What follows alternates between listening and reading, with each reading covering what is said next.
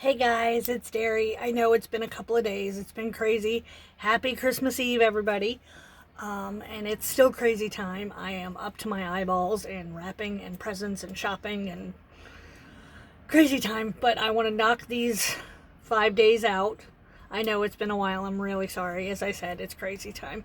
And I have 3 hours to get everything done before we have to be at church at 3:30 to hear TJ sing. So, anyway. Here we go. This is days 20, 21, 22, 23, and 24 of the community Vlogmas. So I'm going to knock these out real quick and we're going to get going. So day 20. What do I value most about my practice? What do I value most? I think I value most the fact that I'm knocking down stereotypes. I'm knocking down indoctrination. I'm knocking down when people say, no, you can't do that, or no, yes, I can because I'm doing it. I've been doing it for 35 years. So I think that's one of the things that I value is that I'm opening people's eyes to the fact that, yes, this is a real thing. Christian witchcraft is a very real thing, and it has been around for millions of years. So I think that's one thing I value most about my practice. Question number 21 is what role does my practice play in my growth? It is detrimental. It is I know in my very soul that I would not be who I am now if I didn't walk this journey. Because it has opened my eyes to so much and such a different way to see the world. And yes, you can be just a regular everyday person and say, oh, I love, and oh, I'm going to love, and this is how I live my life. And, but when you put your craft behind it, it just, to me, at least for me,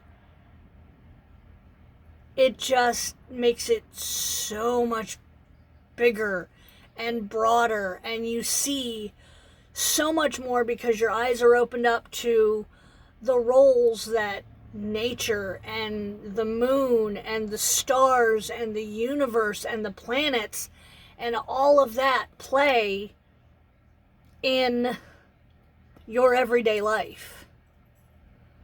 And a lot of people don't think that way, but it's an eye-opener. And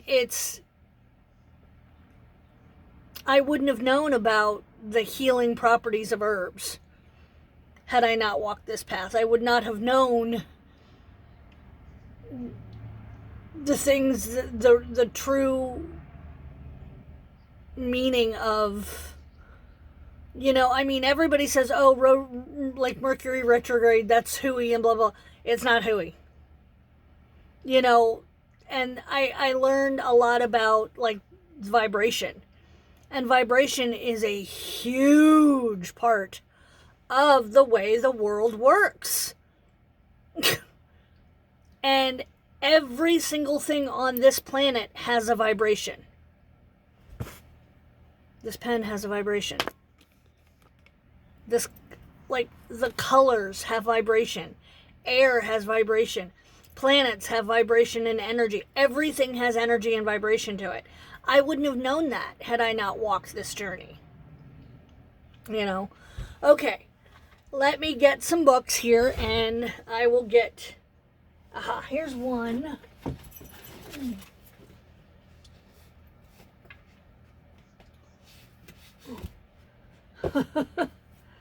I'm getting there, I know. Okay, got a whole stack here. What books would I recommend? And I'm not... these have helped me in my journey, but they're not quote-unquote witchy books. They're not books about the craft.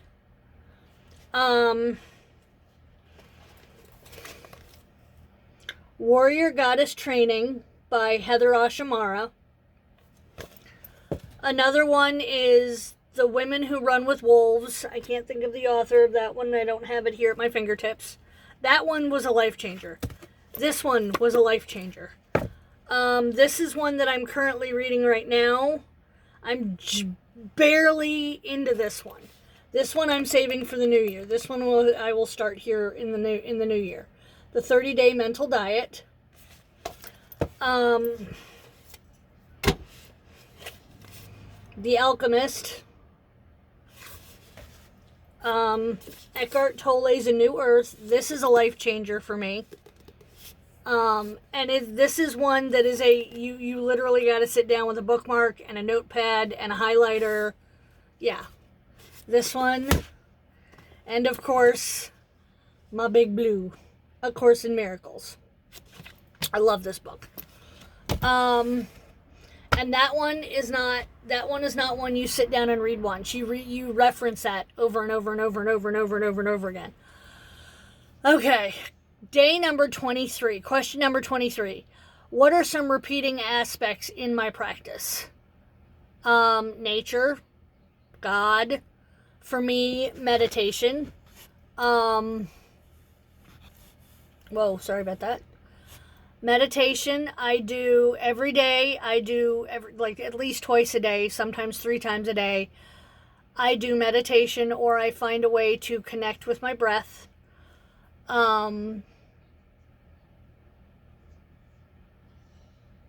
I meditate with crystals in the morning. I will take a water meditation. I will do a bath every night and do a water meditation before I go to bed. Honestly, movement. I call it sacred dancing, but it's just sacred movement. It's just dancing. You turn on your music in the morning and you dance for at least 20 minutes to however long. I mean, music for me is a huge occurrence in my practice. I don't function if there's not music playing. You know, there's got to be some sort of music in my music is a huge part of my life, of my practice, of my journey. Crystals, as I've said, yoga is another repeating thing. I do yoga every day, or is my version of yoga, because I'm old, would be like gentle stretching, or just, again, just getting out my yoga mat and stretching. And it doesn't have to be the whole yoga poses. Sometimes I'll catch a yoga class. Again, that's very rare because around here they're pretty expensive. So I do a lot of yoga on YouTube and follow YouTube. I follow a lot of YouTubers. Let's see, study is a repeating practice. I try to find time to study, and lately, in the last probably week, I have not studied as much as I'd like to, because it is crazy time. It is family, Christmas, baking, wrapping presents, stuff like that. So, I am anxious to get back to this. I might actually do some studying tonight when we get home from church, depending on what we have after, because our church doesn't do a midnight mass. We do a 4:00 children's service where the children come in, and it's for the families to come in, and the children sing, and then we do the regular 7:00 service. So those are some repeating things in my practice. Are meditation, breathing, yoga, crystals, study,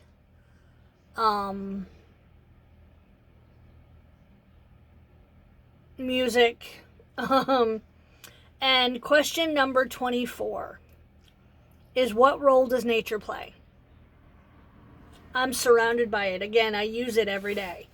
I use my herbs every day. And as you can see, I've got this shelf, which is three jars deep. It goes back. Yeah, it goes back pretty far ways. Yeah, there's a lot in there. And then I've got one. I've got this one is my darker apothecary. That one's, sorry about that. That one is for,